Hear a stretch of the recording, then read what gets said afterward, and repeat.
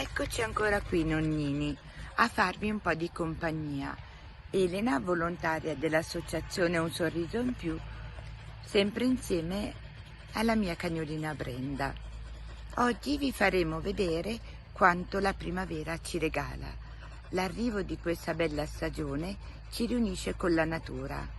È anche il periodo della fioritura dai colori bellissimi e dai profumi intensi e della rinascita di profumate piante aromatiche. E allora vi voglio mostrare alcune di queste meraviglie che riportano ciascuno di noi ai propri ricordi. Ecco Brenda, sempre felice nel bosco, e adesso vi mostriamo le erbe aromatiche che troviamo durante le nostre passeggiate. Vi sta salutando.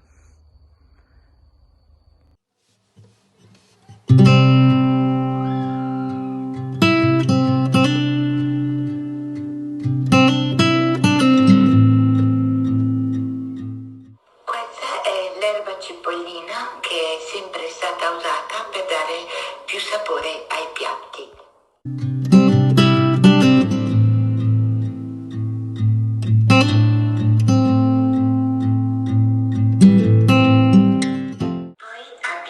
L'asparago selvatico, che inizia a comparire sul finire dell'inverno e regala raccolti generosi per quasi tutta la primavera, buonissimo con il risotto.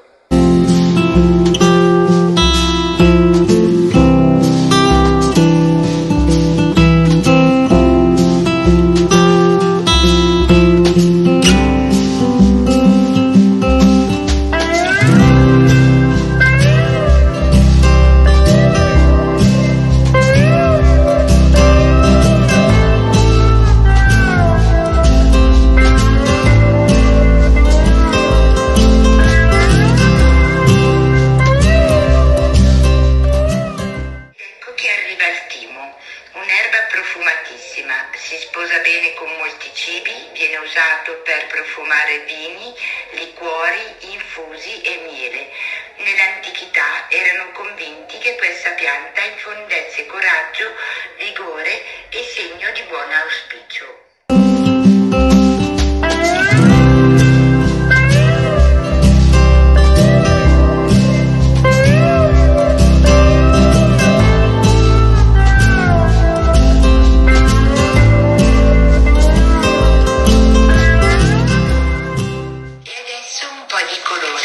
Guardate nonnini, il papavero, un bellissimo fiore rosso.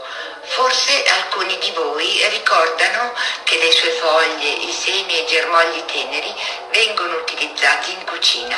I suoi petali sono utilizzati per preparare sciroppi e bevande e un tempo i semi di papavero venivano uniti alla pappa dei bimbi per facilitarne il sonno. Infine, con il colore dei fiori si otteneva una tintura rossa che veniva usata dalle donne per colorare labbra e guance.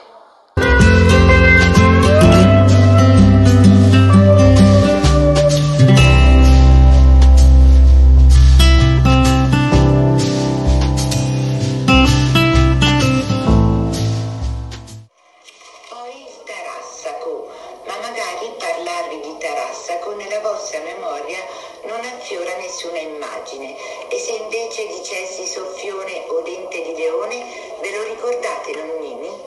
È proprio quell'erba da cui sboccia questo fiore con petali di colore giallo e poi si trasforma in una soffice sfera bianca simile a un pompon.